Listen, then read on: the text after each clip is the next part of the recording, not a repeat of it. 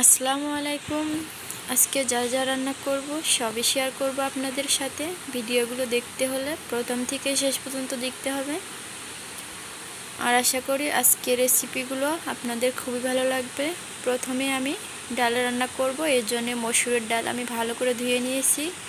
কড়াইয়ে ঢেলে নিলাম মসুরের ডাল, বেশ কিছুটা কাঁচামরিচের চিড় দিয়ে দিলাম, একটা কাঁচা পেঁয়াজ কুচি দিয়ে দিলাম পরিমাণ মতো পানি।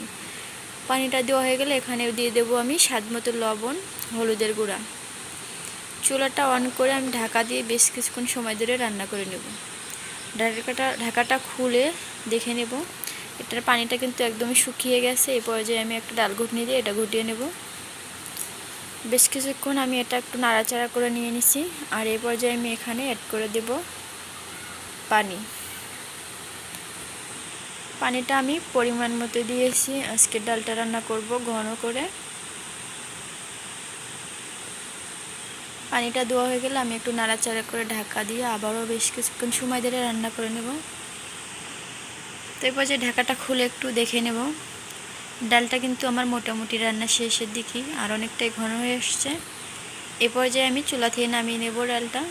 আর একটা পাতিল বসিয়ে দিয়েছি চুলাতে। পরিমাণ মতো তেল দিয়ে একটা তেজপাতা 2-3 টুকরো করে নিয়েছি, 2টা শুকনো মরিচ, কিছু আস্ত জিরে দিয়েছি, আর দিয়েছি আমি রসুন কুচি। এটা একটু নাড়াচাড়া করে দিয়ে দেব পেঁয়াজ কুচি। পেঁয়াজটাও আমি সুন্দর করে ভেজে নেব। সবগুলো একটা সুন্দর একটা কালার আসছে। এই পর্যায়ে আমি এড করে দেব ডালটা দিয়ে এটা আমি ঢাকা দিয়ে নেব আর চুলাটা অফ করে দেব। এর যে আমার ডালটা রান্না শেষ। এখানে আমি মাছ আর আলু দিয়ে বড়া বানাবো, এই জন্য আমি এখানে সিদ্ধ আলু গ্রেট করে নিয়েছি। আর এখানে রান্না করা মাছ ছিল, এই মাছটাই আমি কাটা বেছে নিয়েছি। আপনারা চাইলে কাঁচা মাছটাও একটু সিদ্ধ করে নিতে পারেন, তারপরে বেছে নিতে পারেন। দিয়ে দিলাম আমি কাঁচা মরিচ কুচি, অল্প পরিমাণ করে আদা রসুন জিরে একসঙ্গে বেটে নিয়েছিলাম, এটাও দিয়ে দিলাম বেশ কিছুটা কাঁচা পেঁয়াজ কুচি। দিয়ে দিলাম হলুদের গুঁড়া, মরিচের গুঁড়া, দিয়ে দেবো অল্প একটু গরম মশলার গুঁড়া, স্বাদ মতো লবণ, দিয়ে দিলাম কয়েকটা গোটা জিরে, একটা লেবুর রস আমি চিপে দিয়ে দেব। আর ঝালটা অবশ্যই টেস্ট অনুযায়ী দিয়ে দিবেন, আপনাদের পছন্দ মতে কমিয়ে এবং বাড়িয়ে। আমি কিন্তু শুকনো মরিচ কাঁচামরিচ দুটোটাই ব্যবহার করেছি। লেবুটা আমি চিপে নেওয়া হয়ে গেলে এখানে অল্প কিছু চালের গুঁড়ো দিয়ে দেবো। এটা দিলে কিন্তু এটা অনেকটাই মুসমুসে হবে। ভালো করে সব কিছু উপকরণ দেওয়া হয়ে গেলে ভালো করে হাত দিয়ে আমি এটা মেখে নেব। এটা কিন্তু আমার মাখানো শেষ। এ পর্যায়ে আমি হাতটা ধুয়ে হাতে অল্প একটু তেল মেখে নিয়ে অল্প অল্প এখান থেকে এই আলু মাছের ডোটা আমি নেব আর হাতে এভাবে গোল করে চাপ দিব হালকা করে। এই যে এভাবে এই বড়াগুলো বেনে নেব। আপনারা আপনাদের পছন্দ মতো বড়াগুলো বানিয়ে নেবেন। একইভাবে কিন্তু আমি সবগুলো বড়াই এভাবেই বানিয়ে নেব। তো বড়াগুলো কিন্তু আমার বানানো শেষ। এবার চলে যাব চুলায়। চুলাটা অন করে একটা কড়াই বসিয়ে দিয়েছি। কড়াইতে দিয়ে দেব আমি পরিমাণ মতো তেল। তেলটা হালকা গরম হয়ে আসলে একে একে দিয়ে দেব সেই আগে থেকে বেনে রাখা বড়া। আমি অর্ধেকটা বড়া এখানে দিয়ে দিব।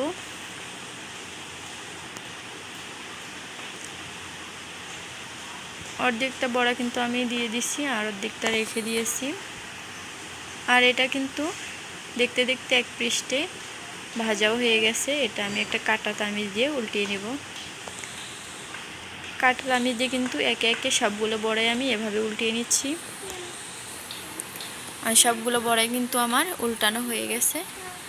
এই পর্যায়ে আমি আরেক পৃষ্ঠও এভাবে ভাজিয়ে নেব। তো এই পৃষ্ঠও কিন্তু আমার ভাজা হয়ে গেছে। এই পৃষ্ঠও আমি এইভাবে একটু উল্টিয়ে দিচ্ছি কাঁটা চামচ দিয়ে। আর এই দুই পৃষ্ঠে কিন্তু অনেক সুন্দর একটা কালার আসছে। এই পর্যায়ে আমি বড়াগুলো উঠাই নেব। একে একে কড়াই থেকে সবগুলো বড়াই আমি উঠাই নিয়েছি।